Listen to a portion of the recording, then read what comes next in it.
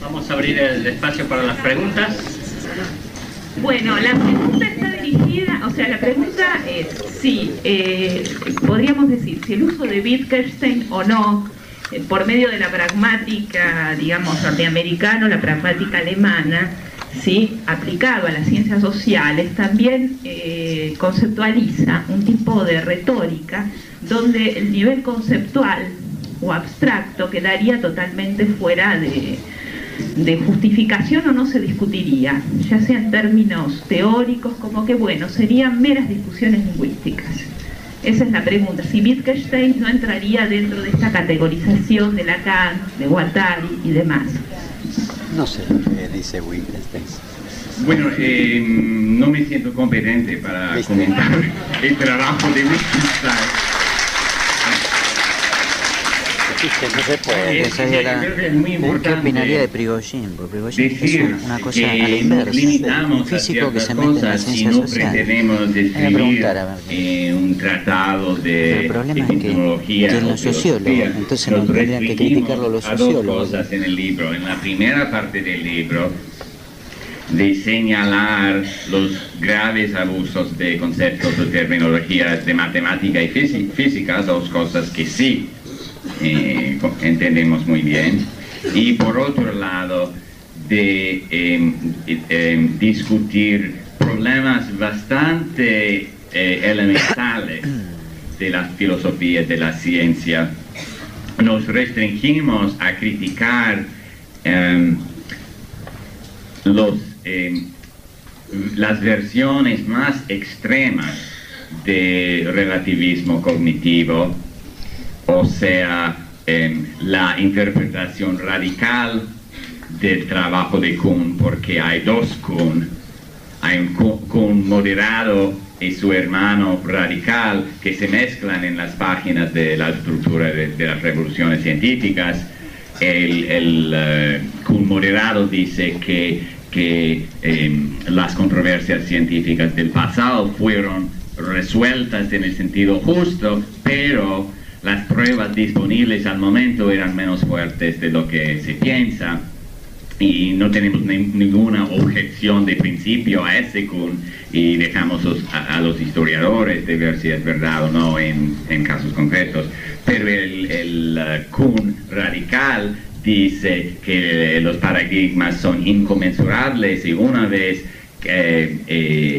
ocurrido el cambio de paradigma, cambia la visión del mundo de los científicos, de modo que el nuevo paradigma no puede ser otro que verificado. No sé si me he explicado bien.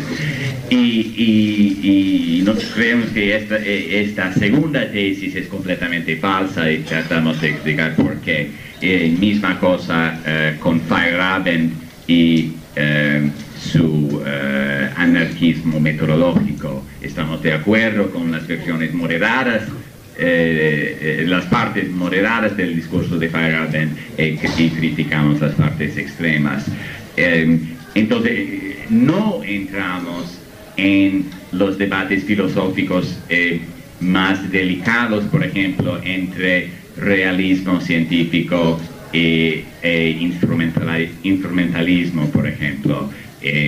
Sabemos muy bien que el problema del sentido de términos científicos teóricos que se refieren a objetos inobservables, por ejemplo, campo cuántico, es un problema serio, y nosotros no somos realistas ingenuos, somos realistas moderados. Pero sé que no he contestado exactamente a su pregunta porque no lo entendí, y en este capítulo no abordamos el caso de Wittgenstein.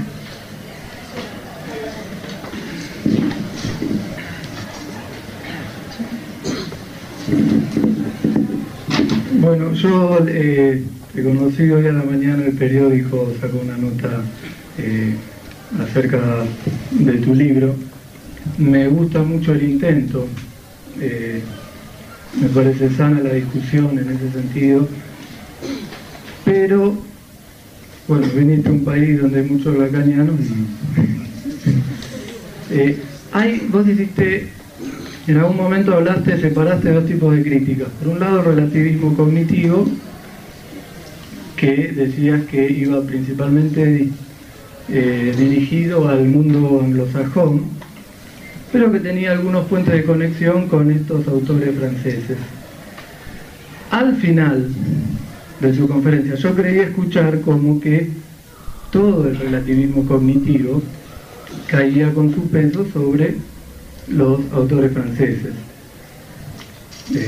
Bueno, me pareció como que lo mostrabas de entrada como que era un poco subsidiario el pensamiento francés de este relativismo, y al final parecía que el peso de la crítica caía todo sobre esto. Pero bueno, no es.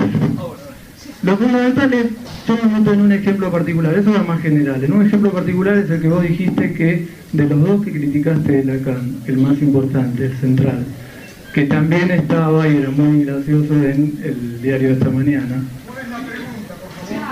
Perdón, sí, ya termino. Era vos sostenías que el órgano eréctil, ¿no? Era algo muy gracioso, pensar que es la raíz de -1 o un número imaginario. Hay una crítica muy sencilla de eso. En ese mismo artículo no dice órgano eréctil.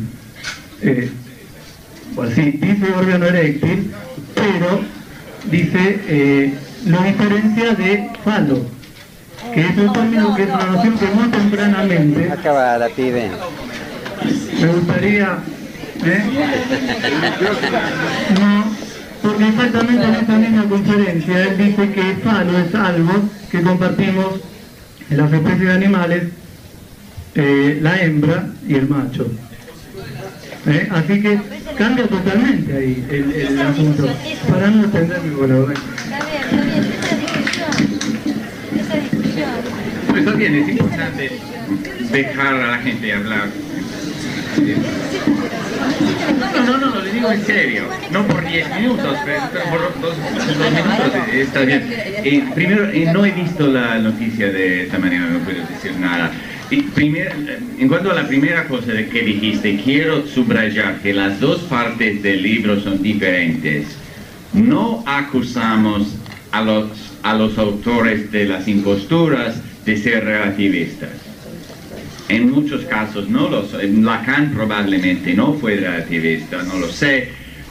En muchos casos su filosofía es difícil de entender y yo no sé decir si son relativistas o no. En todo caso no lo acusamos de relativistas, y por otro lado no acusamos a los relativistas de impostura.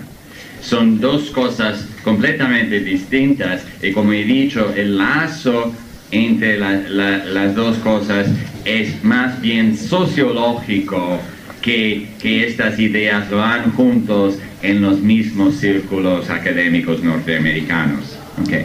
En cuanto a Lacan, estoy dispuesto a admitir la distinción que querés hacer, que Lacan, imagino, quiere hacer entre órgano eréctil, falo, lo que sea. Diversos conceptos de psicoanálisis, no tengo problema. Pero órgano eréctil o falo o lo que sea, yo no sé lo que tiene que ver con la raíz cuadrada de -1. Y, no, esperen. Si únicamente está diciendo que en su teoría psicoanalítica existe el concepto de imaginario, en matemática existe el concepto de número imaginario, bueno, es una coincidencia lingüística. Los números imaginarios en matemática no son imaginarios en el sentido de la palabra imaginario en filosofía o en la vida cotidiana. Podría ser al mejor una metáfora mal hecha en el sentido de que la analogía que pretende hacer no funciona, y también mal hecha en el sentido de que aunque funcionara, otra vez pregunto por qué invocar un concepto matemático para explicar un concepto psicoanalítico a otros estudiantes de psicoanálisis. Y en segundo lugar, la raíz cuadrada de -1 que aparece en su discurso aparece a partir de un cálculo entre comillas, completamente fantasioso. Para nosotros comenzaremos con esta sigla SDA de ser un significante, hay -1 y después hace un cálculo, ese significante por barra horizontal, ese significado igual a ese enunciado, con ese mayúsculo igual a -1, etc. Hay dos problemas. El -1 no tiene nada que ver con el -1 de la matemática, y sobre todo esta supuesta fórmula no es una fórmula, no tiene nada que ver con las fórmulas en matemática, y la barra horizontal de Lacan es un símbolo arbitrariamente escogido, no designa la división de dos números, que en cualquier caso significante e enunciado no son números. Entonces el cálculo es pura fantasía, no quiere decir nada. Raíz cuadrada de -1 no tiene nada que ver ni con la lingüística ni con el psicoanálisis.